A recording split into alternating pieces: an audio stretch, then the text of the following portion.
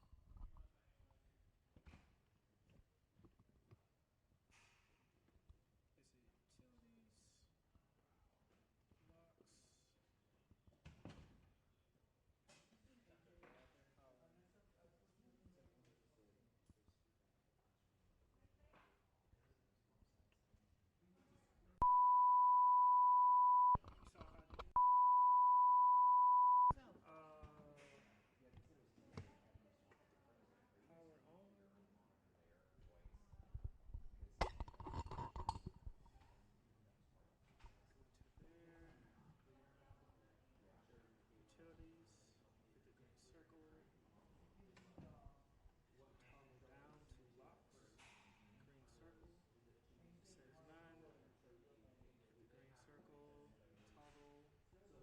Is it utilities? Locks? Power. You saw how I did it? So, Power on. Go to there. Utilities. Hit the green circle. Toggle down to locks. Green circle. It says none. Hit the green circle. Toggle to power. X out. Oh. Power. Green circle. So it's selected because it's not highlighted. Red X. All the way out. Let's see the lock. okay. But it doesn't lock the sound because you're controlling the volume. Yeah, it's just locking the power. Okay. I'll do the last one. Oh, like. Turn it up.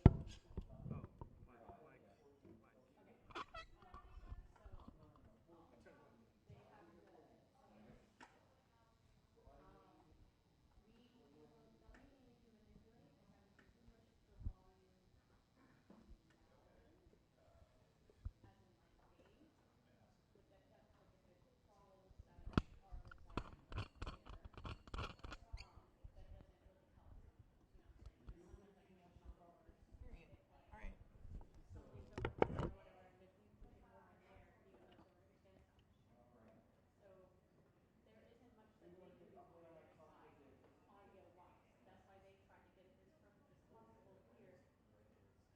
Yeah, but the push and pull that we're gonna have to deal with is well, who's upstairs? We'll get it sounding really good in here, and then we're gonna do some in order for it to like not. Let me chime in. Yeah. Yeah. What do we need to turn on? We need to turn the mics or we need to turn the output that's not putting it on. That EQ was once able to the mic. We typically try to send it flat to the all of the first pool. Let me just tell you something. I care about the people in the room, all 50 of them. Sure. But I care about the 50 million watching the TV. Okay? Let's get it right. And then on TV, on the personal, get the volumes out and make sure that how you EQ the output versus the microphone itself. So when you EQ, you over EQ the microphone, the person gets flat audio. That's all I'm saying. So, man.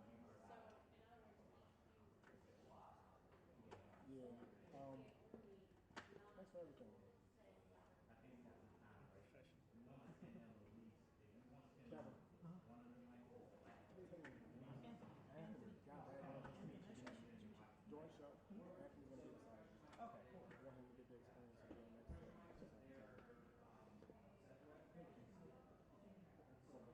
but those will give you your cue for the notes. I want Anthony next to you so you can feel loud.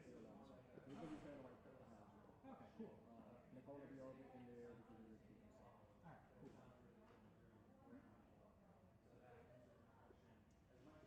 Oh, did you say you saw the graphics? Yep.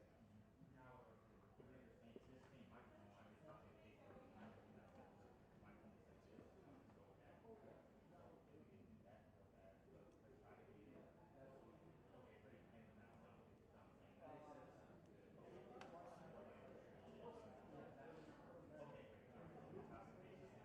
sound same.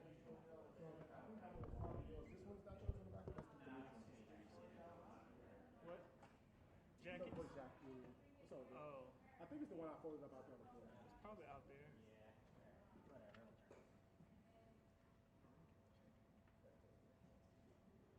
How's everybody feeling? Good? I feel good now.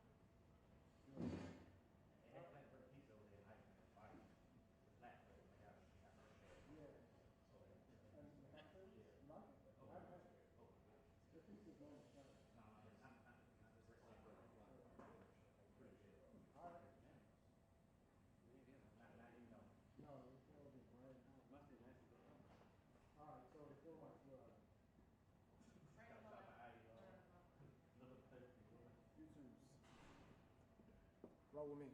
So Please. before you take them, Uh-huh. number one is the red one. Okay. Everything else is numbered. Okay. They're locked to have the power on already.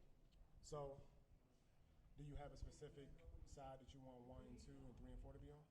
They're gonna mix them up anyway. They're gonna mix them up anyway. Yeah. So I'm just gonna turn them off on the board per Yep. And as you see 'em- chain, and when they say questions, I'm gonna turn them back on the board. Yep. All the mics will be hot. Yep. That's fine. Yeah, that works. And then you'll turn off the ones that's not being used at that time.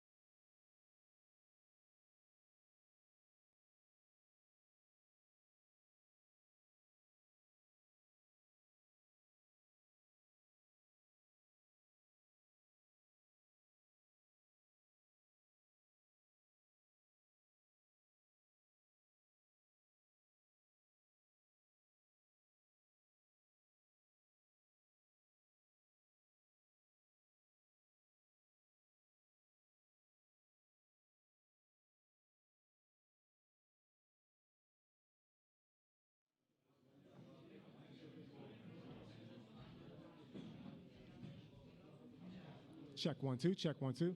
Yeah, you can give me more in the room. Check 1 2. Hey hey. Audio check 1 2 3 4 5 6 7 8 9 10. Check 1 2. Check 1 2. Audio check 1 2 3 4 5 6 7 8 9 10. 1 2. Hey hey. Check 1 2. Hey hey. Last audio check for press. Check 1 2 3 4 5 6 7 8 9 10. Check 1 2. Hey hey. Check 1 2. Hey hey. 1 2 3 4.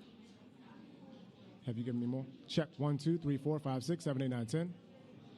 Yeah, please. Check 1 2. Hey hey. Check 1 2. Hey hey. Check 1 2 3 4 5 6 7 8 9 10. Let me know when you hear me. Pull back some. You got a low tone, right? So wherever you're at right now, that's all you got. Check 1 2. Check 1 2. Check 1 2 3 4 5 6 7 8 9 10. Audio check. Does anyone else in the room needs audio checks? Anyone else? You guys are good on audio? All right.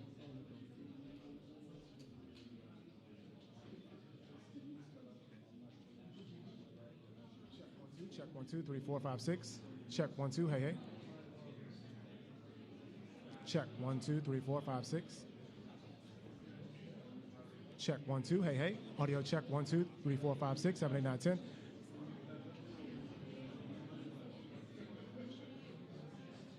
Audio check 1 2 3 4 5 6. Audio check 1 2 3 4 5 6. Audio check 1 2 3 4 5 6. Audio check 1 2 1 2 1 2.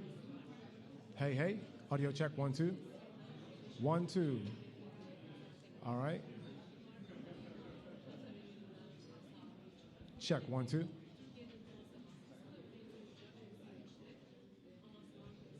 Last audio check. Check 1 2 3 4 5 6. 1 2 3 4 5 6. 1 2 3 4 5 6. Yep. Okay. 1 2. Hey hey. Audio check 1 2. Hey hey. Audio check 1 2. Hey hey. Check 1 2. Audio check from POTUS Podium. Audio check 1 2 3 4 5 6. Check 1 2 3 4 5 6. 1 2. Let me know when you're good to go. 1 2. Hey hey. Audio check 1 2. Hey hey. Check 1 2. Hey hey. Audio check 1 2 3 4 5 6. Check 1 2 1 2 1 2.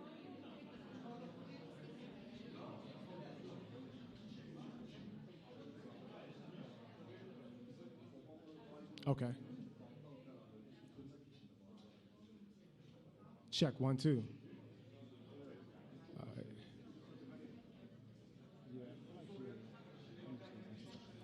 Check 1 2. Hey hey. Audio check 1 2 3 4 5 6 7 8 9 10. Check 1 2. Check 1 2 1 2. Hey hey hey hey. Yeah, that sounds good.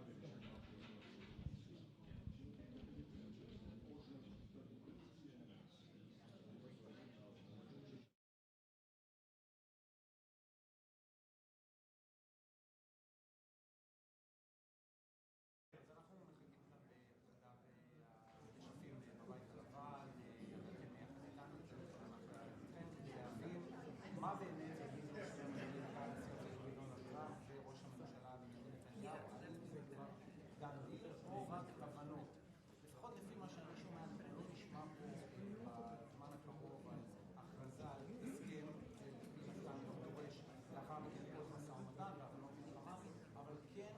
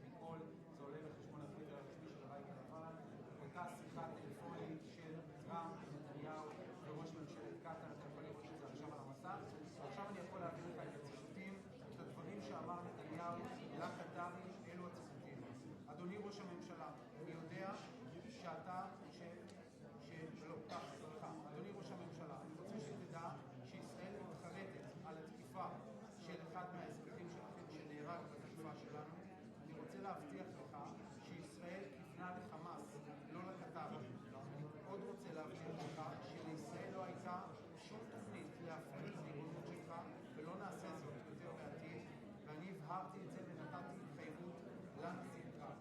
אני יודע שלהנהגה שלך, אומר נתניהו, יש הסתייגויות ותלונות נגד ישראל, וגם לישראל יש תלונות כלפי קטאר, החל מהתמיכה שלכם באחים המוסלמים, גם לגבי איך שישראל מוצגת באל-ג'זירה, וגם לעובדה שאתם תומכים בסנטימנט אנטי-ישראלי בקמפוסים ובקולג'ים.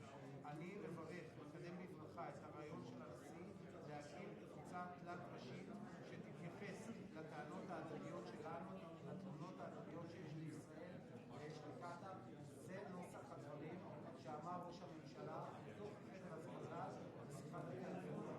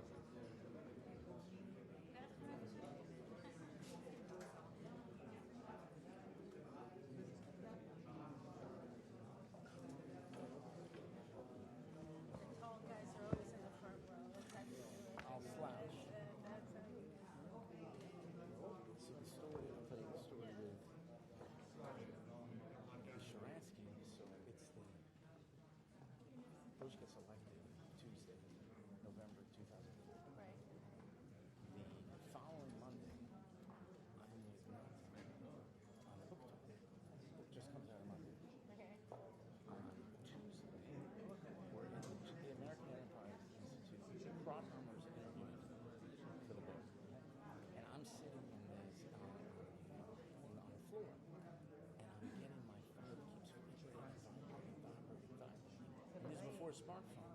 And I'm thinking after about 6 times, something has happened to the family. So I step outside and I said, this is the one we'd like for you and Minister Shemansky to come and see the president. And my immediate response on Thursday, Wait, what day of the week was it? Tuesday. And they said Thursday. The next 2 days later, they want you to be there Tuesday. It was like the next day or the day after that. We'd like you, the president would like to meet you and Milton Sharansky at 11 o'clock on Thursday. I said, my immediate response is almost joke. I said, no, I can't do it. We have the Pope and one will not be able to work it, right? And then they said, no, this is really the White House. It was 2 o'clock, so 2 o'clock the president. I said, we got the Pope at 3, we can't work it. And they say it again. I said, well, we got the Dalai Lama at 1. We got the Pope at 3. We're not able to fit him in. He goes, would you like to call back? And leave it. And I look at my phone, and the phone only says 202. No, it has no, I think at 202. So I said, I understood, I got it, and then we were in the Oval Office 2 days later. It was supposed to be a half hour, it went on for like an hour and 10 minutes. And because Nathan is so humble, he didn't tell anybody about his baby.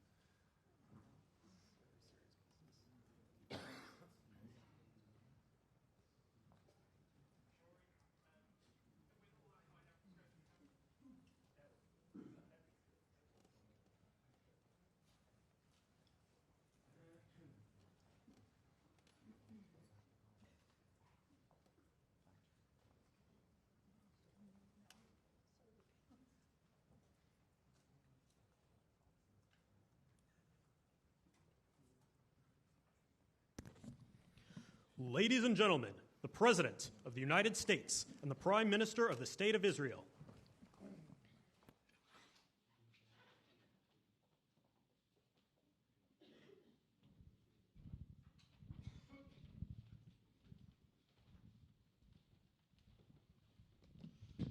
Thank you very much, everybody. So this is a big, big day, a beautiful day, potentially one of the great days ever in civilization. Things that have been going on for hundreds of years and thousands of years. We're going to, at least we're at a minimum very, very close, and I think we're beyond very close. And I want to thank Bibi for really getting in there and doing a job. We've worked well together, as we have with many other countries, both of us, with many other countries, which is the only way this whole situation gets solved. And I'm not just talking about Gaza. Gaza is one thing, but we're talking about much beyond Gaza. The whole deal, everything getting solved. It's called peace in the Middle East. So today is a historic day for peace, and Prime Minister Netanyahu and I have just concluded an important meeting on many vital issues, including Iran, trade, the expansion of the Abraham Accords, and most importantly, we discussed how to end the war in Gaza, but it's just a part of the bigger picture, which is peace in the Middle East, and let's call it eternal peace in the Middle East. So this is far more than anybody expected, but the level of support that I've had from the nations in the Middle East and surrounding Israel and neighbors of Israel has been incredible, incredible. Every single one of them. This afternoon, after extensive consultation with our friends and partners throughout the region, I'm formally releasing our principles for peace, which people have really liked, I must say. And these are done not just routinely done, these are done with total consideration and working with the nations that we're talking about. All of these nations have made contributions to those suggestions. I want to thank the leaders of many Arab and Muslim nations for their tremendous support in developing the proposal, along with many of our allies in Europe. Europe has been very much involved, and as I was called by many of the European leaders, most of them saying, "Is this true? Are you really doing peace in the Middle East? This is the most incredible thing we've heard." Some think it's the biggest thing they've ever heard. They called just to find out, was it just a rumor or is it actually done? And then they said, have you spoken to the Arab leaders? Have you spoken to all of the other leaders that we have to get? A lot of people involved in this one. I also want to thank Prime Minister Netanyahu for agreeing to the plan and for trusting that if we work together, we can bring an end to the death and destruction that we've seen for so many years, decades, even centuries, and begin a new chapter of security, peace, and prosperity for the entire region. And I want to just say that my meetings and dialogue that we had with so many countries, Saudi Arabia as an example, the king is a phenomenal person. The Emir of Qatar, he's incredible people. UAE, and that's MBZ and ABZ. We're totally involved. These are the people that we've been dealing with and who've been actually very much involved in this negotiation, giving us ideas, things they can live with, things they can't live with. Pretty complex. I mean, after 2,000, 3,000 years, whatever it is, I guess it's got to be a little complex, or it would have been done a long time ago. The King of Jordan was with us, as you know, in the United Nations. The President of Turkey, President Erdogan, is a friend of mine, a strong man, but a good man. President of Indonesia, somebody who's an amazing leader, Prabowo. He is an amazing leader and respected by everybody. He was in the room with us. We were together with most of these people that I'm mentioning. Others were by phone or the next day. The Prime Minister and the Field Marshal of Pakistan, they were with us right from the beginning, incredible. In fact, they just put out a statement that they fully believe in this pact. It just came out just as I was walking around. They said, sir, you have a big notice from the Prime Minister of Pakistan and from the Field Marshal that they back this 100%. President El-Sisi of Egypt, who's terrific. And these are people I've gotten to know over the years. I mean, I would say it started around 2015 and then went into 2016 when the presidency officially began. But I've known him actually for a long time, and there are many cases really great men. I can't say in all cases, but I will tell you in many cases they're great men and some great women too. They tend to be mostly men, however, I will say that.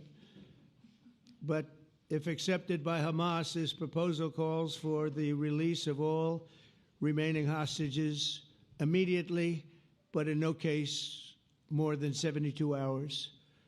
So the hostages are coming back, and I hate even saying this from the standpoint, doesn't sound right, but it is so important to the parents. The bodies of the young men, I believe in almost all cases, the young men are coming back immediately. I met with parents. The parents felt as strongly about getting the body of their dead boy back as they did as though the boy were alive and well. It's so important to them.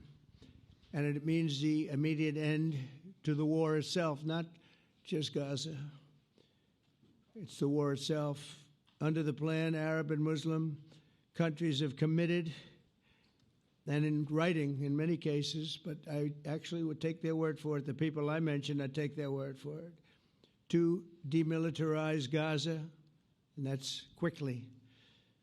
Decommission the military capabilities of Hamas and all other terror organizations.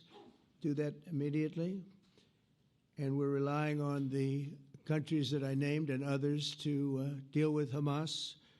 And I'm hearing that Hamas wants to get this done too, and that's a good thing. And destroy all terror infrastructure, including the tunnels, weapons of production facilities. They have a lot of production facilities that we're destroying. They'll also help train local police forces in the areas that we're discussing right now, in particular in and around Gaza, working with the new transitional authority in Gaza. All parties will agree on a timeline for Israeli forces to withdraw in phases. They'll be withdrawing in phases. No more shooting, hopefully, as progress is made toward achieving these goals. Arab and Muslim nations need to be allowed the chance to fulfill these commitments of dealing with Hamas. They have to deal with them because they were the one group that we have not dealt with. I haven't dealt with them.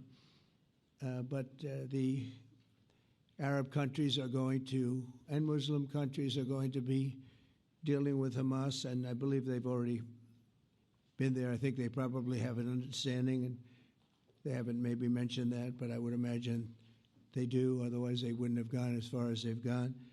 If they're unable to do so, then Israel would have the absolute right and actually our full backing, the U.S. full backing. Marco's here, and a lot of our leaders are here, our great Vice President, Susie Wiles, Steve Witkoff, Jared Kushner. They've been so involved in this process. I don't think anybody else could have done it or even come close. But it's we're right there. We're right there. First time in thousands of years, I think you can probably say, if you really look into it, if you study back, if you're a scholar, you would say thousands of years. Israel would have my full backing to finish the job of destroying the threat of Hamas. But I hope that we're going to have a deal for peace. And if Hamas rejects the deal, which is always possible, they're the only one left. Everyone else has accepted it. But I have a feeling that we're going to have a positive answer. But if not, as you know, Bibi, you'd have our full backing to do what you would have to do. Everyone understands that the ultimate result must be the elimination of any danger posed in the region, and the danger is caused by Hamas. The tyranny of terror has to end, and this is, again, something that we're looking for. This is eternity. This is for forever. To ensure the success of this effort, my plan calls for the creation of a new international oversight body, the Board of Peace, we call it, the Board of Peace, sort of a beautiful name, the Board of Peace, which will be headed, not at my request, believe me, I'm very busy, but we have to make sure this works. The leaders of the Arab world and Israel and everybody involved asked me to do this, so it would be headed by a gentleman known as President Donald J. Trump of the United States. That's what I want, is some extra work to do, but it's so important that I'm willing to do it, and we'll do it right, and we're going to put leaders from other countries on, and leaders that are very distinguished leaders, and we'll have a board, and one of the people that wants to be on the board is the UK former Prime Minister, Tony Blair, good man, very good man, and some others, and they'll be named over the next few days, and it'll be quite the board. Working, everybody wants to be on it now. I don't know if that had anything to do. They named me and everybody else wanted to be on it. I guess they figure, well, he's a soft touch. He'll be easy to deal with. Working with the World Bank and others, it will be responsible for recruiting and training a new government that will be made up of Palestinians along with highly qualified experts from all around the world. Hamas and other terrorist factions will play no role in the board, but they'll play no role in the governance of Gaza at all, directly or indirectly. As you know, thousands of Hamas leaders have been killed and soldiers have been killed. And we can never forget October 7th, but thousands have paid the price for that. And now it's time to get our hostages back and get back to trying to build something that's really great and very important. In our meeting today, Prime Minister Netanyahu was very clear about his opposition to a Palestinian state. And he continuously mentions October 7th, and I understand that. Most people do. And I understand and respect his position on many things, but what he's doing today is so good for Israel. I notice that they have large crowds gathering in Israel all the time, and they have my name up. They like me for whatever reason, maybe I don't know, but they do like me. But they say two things. Please get the hostages back and please end the war. They've had it. It's had it. So I think it's a very popular thing you do because he's a warrior. He doesn't know about getting back to a normal way of life, but he is a warrior, and Israel's lucky to have him. But now the people want to get back to peace. They want to get back to normalization in a true sense. Several countries have foolishly recognized the Palestinian state. As you know, some of our European friends, allies, good people, but they're really, I think, doing that because they're very tired of what's going on for so many decades. They've been presidents and prime ministers for years, and during this time, having to do with the Middle East, all they're doing is talking about the same thing over and over. They want to see it get back. And nobody wants that more than me, or I believe Bibi too. But the people of Israel want it. They really want it. They want the hostages back. That includes the probably 32 bodies that we're talking about, 20 people that are living, 32 or so people that are dead, and they want to have peace. So let us not forget how we got here. Hamas was elected by the Palestinian people. Israel withdrew from Gaza thinking they would live in peace. Remember that a long time ago, they withdrew. They said, you take it. This is our contribution to peace. But that didn't work out. That didn't work out. It was the opposite of peace. They pulled away. They let them have it. And I never forgot that because I said, that doesn't sound like a good deal to me. As a real estate person, I mean, they gave up the ocean, right? Ron, they gave up the ocean. They said, who would do this deal? And it still didn't work out. They were very generous, actually. And they gave up the most magnificent piece of land in many ways in the Middle East, and they said, all we want to do now is have peace, and that request was not honored. Instead of building a better life for the Palestinians, Hamas diverted resources to build over 400 miles of tunnels and terror infrastructure, rocket production facilities, and hid their military command posts and launch sites in hospitals, schools, and mosques. So if you went after them, you'd be after them, and you wouldn't even realize you ended up knocking out a hospital or a school or a mosque. That terrible thing, terrible way to have to fight. No fight is good, but that's a real bad one. So there are many Palestinians who wish to live in peace. Many. I've seen so many of them, and they have support. And I challenge the Palestinians to take responsibility for their destiny, because that's what we're giving them. We're giving them responsibility for their destiny, fully condemn and prohibit terrorism and earn their way to a brighter future. They don't want the life that they've had. They've had a rough life with Hamas. If the Palestinian Authority does not complete the reforms that I laid out in my vision for peace in 2020, they'll have only themselves to blame. We're giving them an amazing footprint, and they have amazing support from the leaders of the Arab world and the Muslim world, the great leaders. These are great leaders. These are unbelievable leaders that have built great countries and very wealthy countries. What the future holds for the Palestinians, no one really knows, but the plan that we put forward today is focused on ending the war immediately, getting all of our hostages back, getting everything back. Hard to believe when you even say it, and creating conditions for durable Israeli security and Palestinian success. Israeli security is going to be involved. We're going to help you. We'll be there with you in terms of helping with security. We want to make sure it works. We just want to make sure it works. There shouldn't be a shot fired. Now, there will be, I guess, because that's the way it seems to be, but there shouldn't have to be within a few days. There shouldn't have to be a shot fired. Maybe for eternity. Wouldn't that be nice? I hope it's true. I can tell you the leadership of that region feels that there's a good chance of it being true. So this will lead to this agreement that we're talking about will lead to a sustainable long-term peace. No president in history has been a greater friend of the state of Israel than I have, in addition to negotiating the Abraham Accords. I like to say it that way because the real people, that's what they call Abraham. I would say Abraham, but it's so much nicer when you say Abraham. So much more elegant. But the Abraham Accords are amazing. Jared, you did that along with your group of geniuses, and nobody thought that could be done. We have 4 countries, and Sleepy Joe Biden didn't do a thing. He didn't even know what the hell they were.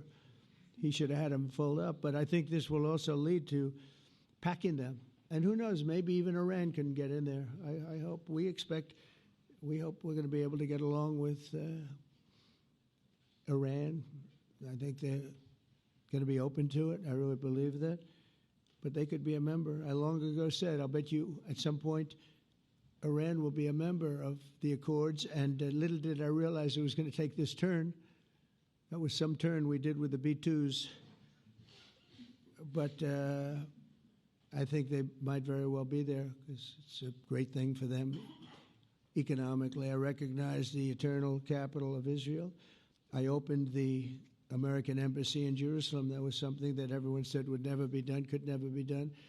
Virtually every president for many, many years, for decades, would campaign on making Jerusalem the capital of Israel. They campaigned on it over and over. Is that right, Steve? Is that right?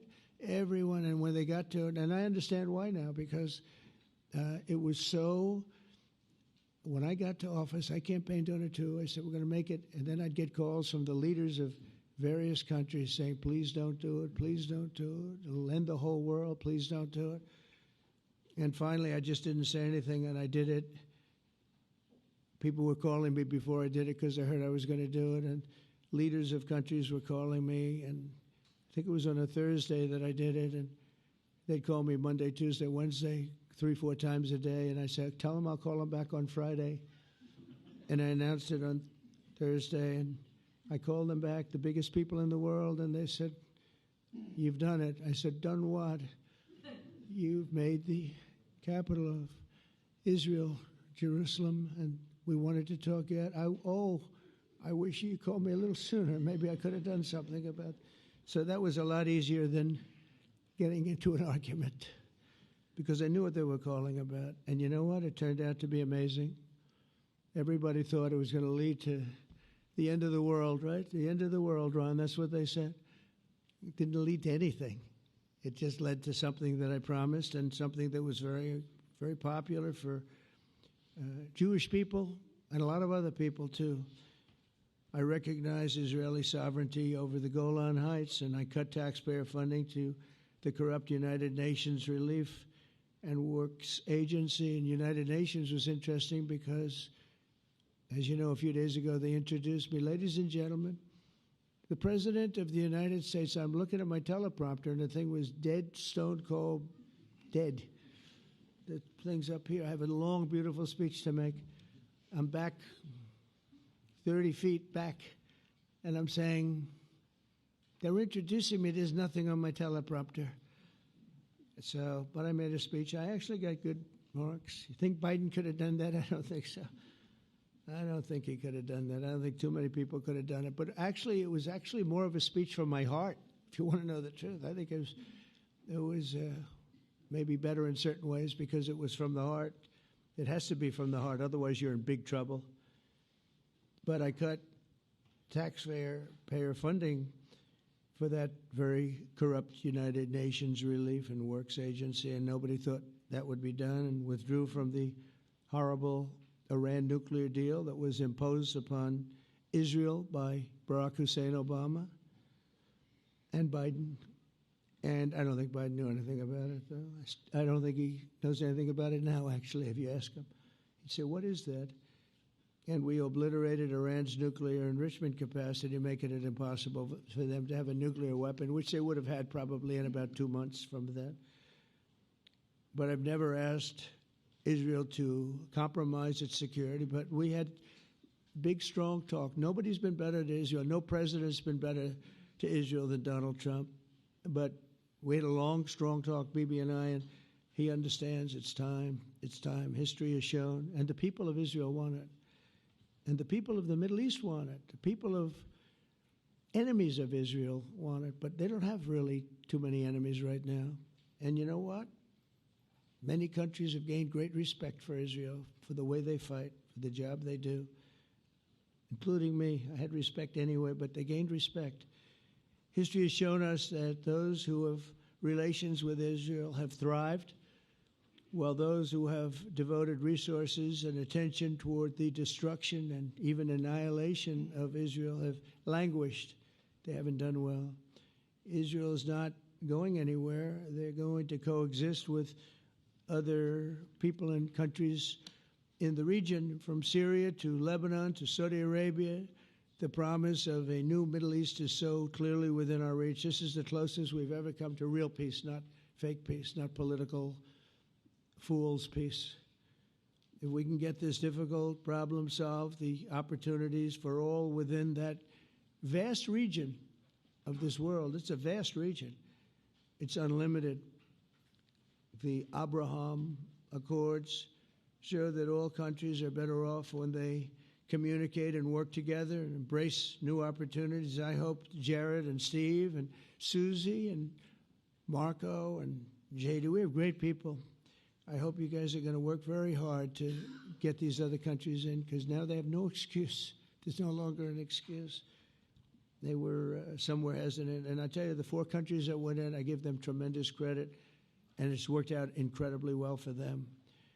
In the same spirit, I'm pleased to report that earlier today we took another important step toward greater understanding in the region. A short time ago, we had a historic phone call in the Oval Office with Prime Minister Tani, who's really a great, great person. So we had a great talk, and I was on the phone, and Bibi was talking. Prime Minister Al Thani was of Qatar. They really had a heart-to-heart conversation. It was a great conversation, I thought. It was productive. It was everything that you need to have something turn out to be successful. And I want to thank Bibi, and I want to thank the Prime Minister. It was fantastic. We agreed to launch a formal trilateral mechanism between Israel, Qatar, and the United States to begin a dialogue to enhance mutual security, correct misperceptions, and avoid future misgivings. And I want to thank Qatar, its leadership, and the Emir. He's a fantastic person. I think, I'm going to be his public relations man because I know him differently than a lot of people know him. But he wants peace. He wants to see peace. And his people, and they really acknowledge the critical role that they've played as mediator.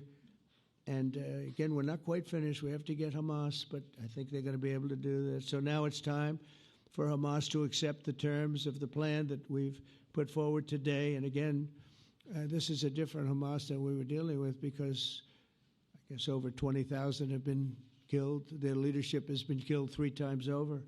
So you're really dealing with different people than we've been dealing with over the last 4 years, 5 years. Everyone has done their part and come to the table in good faith. Our Arab and Muslim partners are fully prepared to step up and fulfill their commitments for the benefit of the people of Gaza and the entire region. They're willing to step up and do a lot. They really are. There are a lot of good people involved.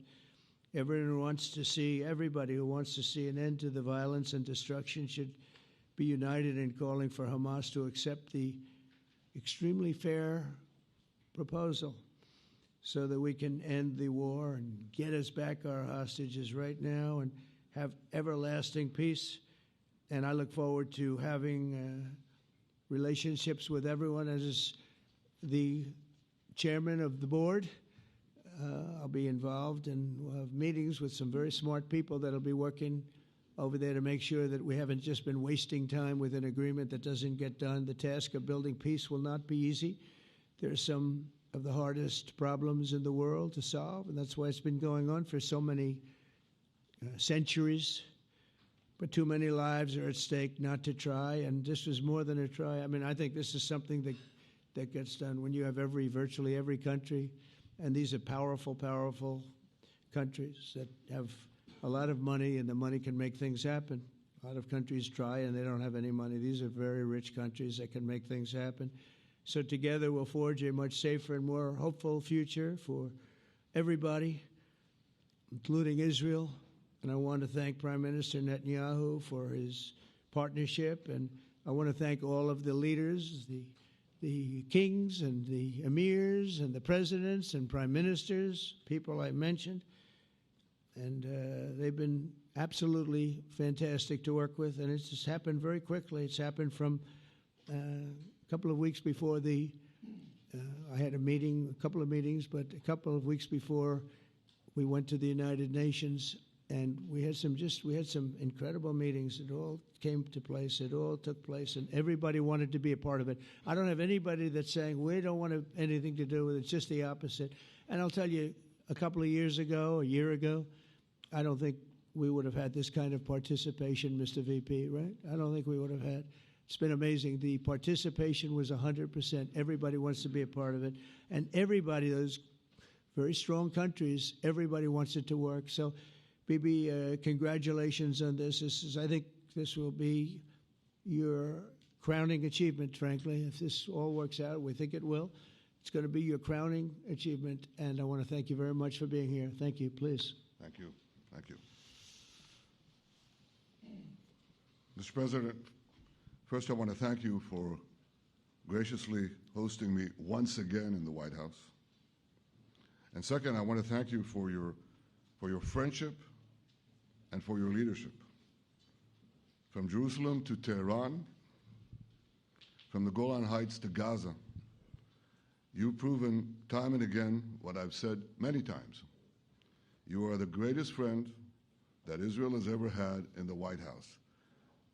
And Mr. President, you and I both know it's not even close. While you focus at home on making America great again, your leadership abroad is changing the world for the better, ending wars and advancing peace. I believe that today we're taking a critical step towards both ending the war in Gaza and setting the stage for dramatically advancing peace in the Middle East, and I think beyond the Middle East, in very important Muslim countries. I support your plan to end the war in Gaza, which achieves our war aims.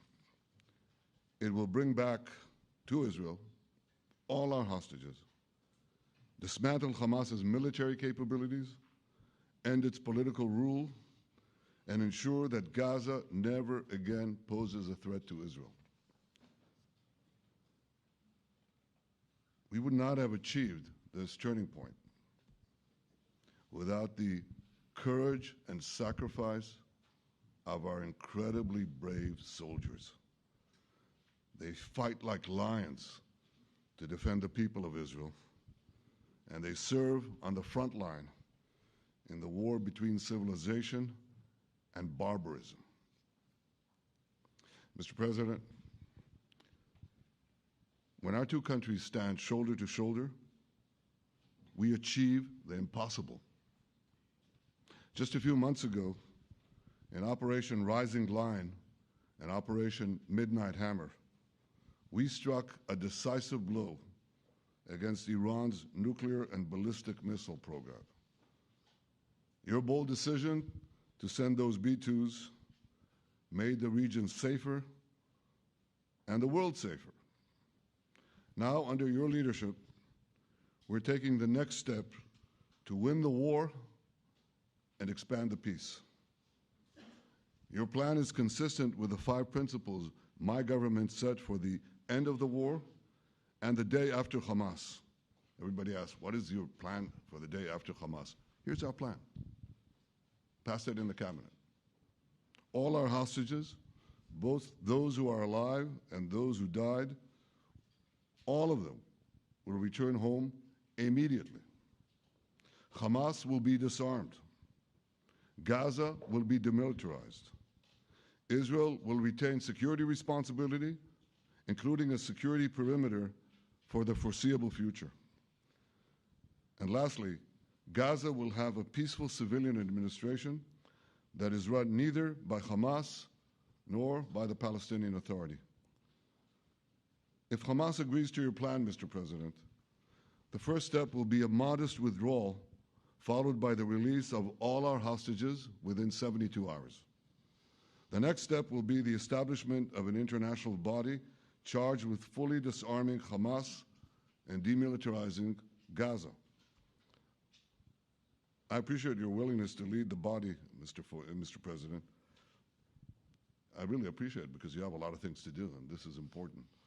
And it reflects the confidence that this will give everyone, that things will be followed up on all the commitments made. The fact that you're taking this on, I think, helps a lot to make sure that everything flows in the direction that we want. Now, if this international body succeeds, we will have permanently ended the war.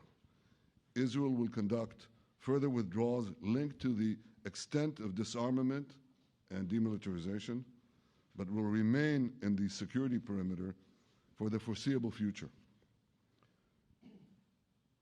I think we should understand that we're giving everybody a chance to have this done peacefully, something that will achieve all our war objectives without any further bloodshed. But if Hamas rejects your plan, Mr. President, or if they supposedly accept it and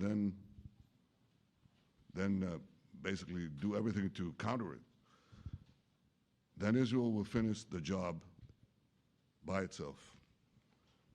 This can be done the easy way, or it can be done the hard way, but it will be done.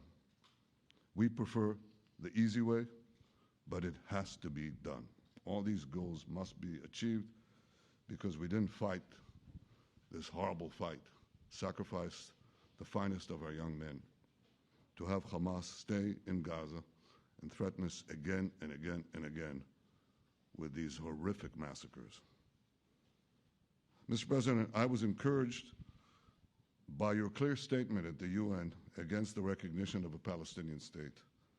That would be an outcome that, after October 7th, would reward terrorism, undermine security, and endanger Israel's very existence. As for the Palestinian Authority, I appreciate your firm position that the PA could have no role whatsoever in Gaza without undergoing a radical and genuine transformation.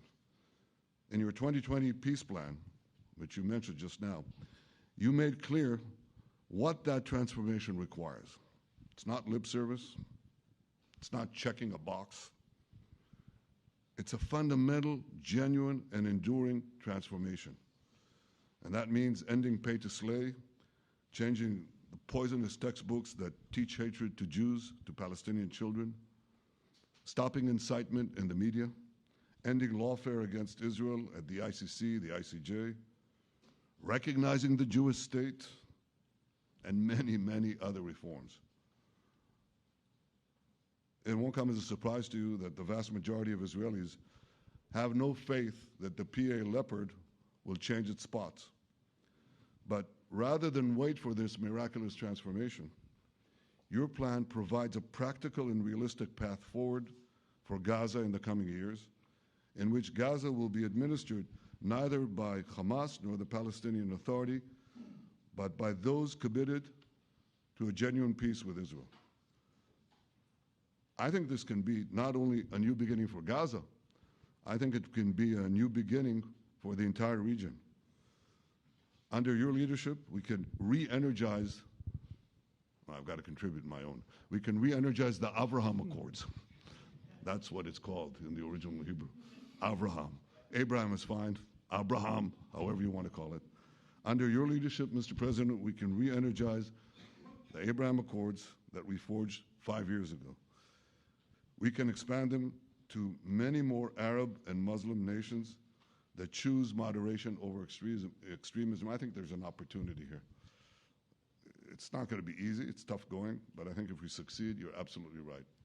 We're going to open possibilities that nobody even dreamed of. But I think we dream of them. As you've told me, Mr. President, and you've told the world many, many times, you said, remember October 7th. Remember October 7th. And we do. We will never forget the horrors of October 7th, and we will do whatever is necessary to make sure they don't happen again.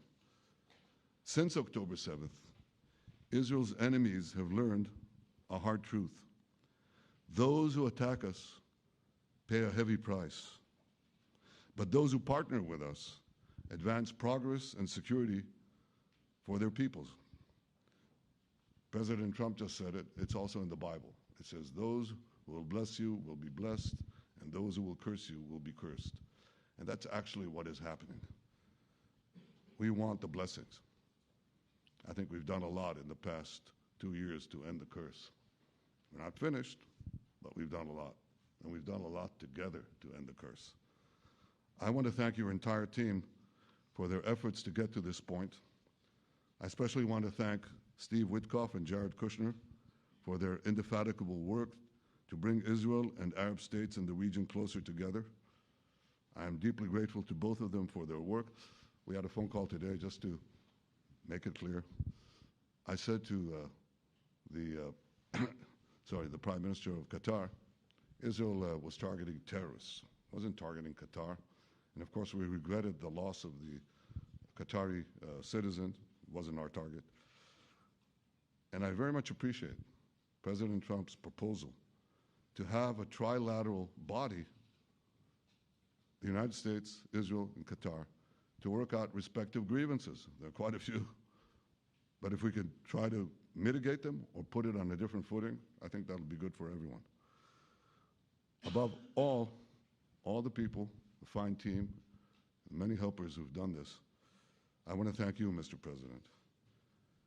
History has already shown that under your leadership, Israel and America can change the face of the Middle East.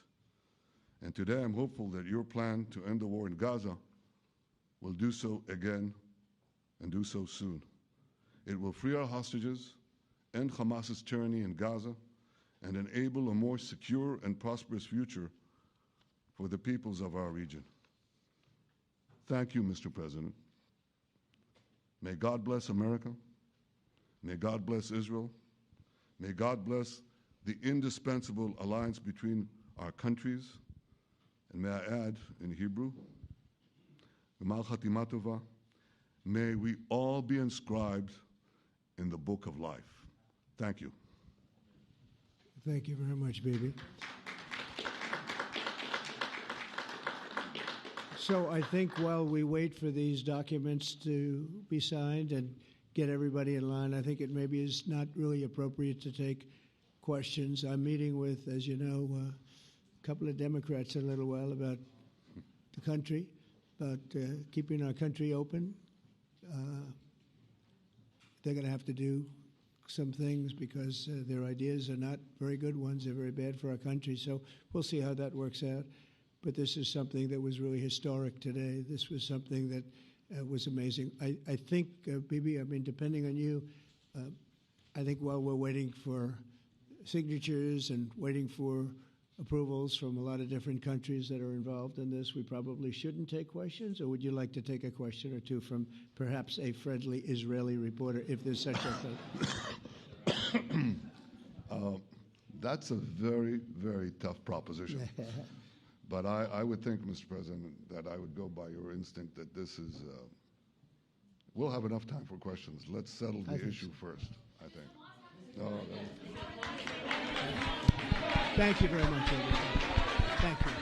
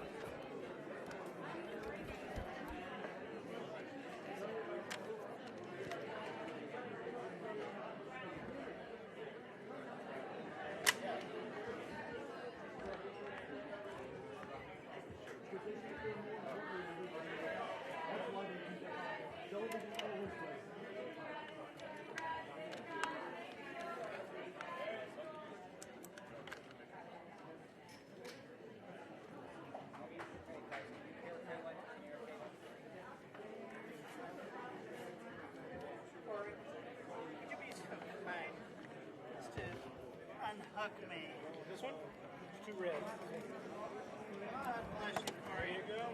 Thanks, JSK.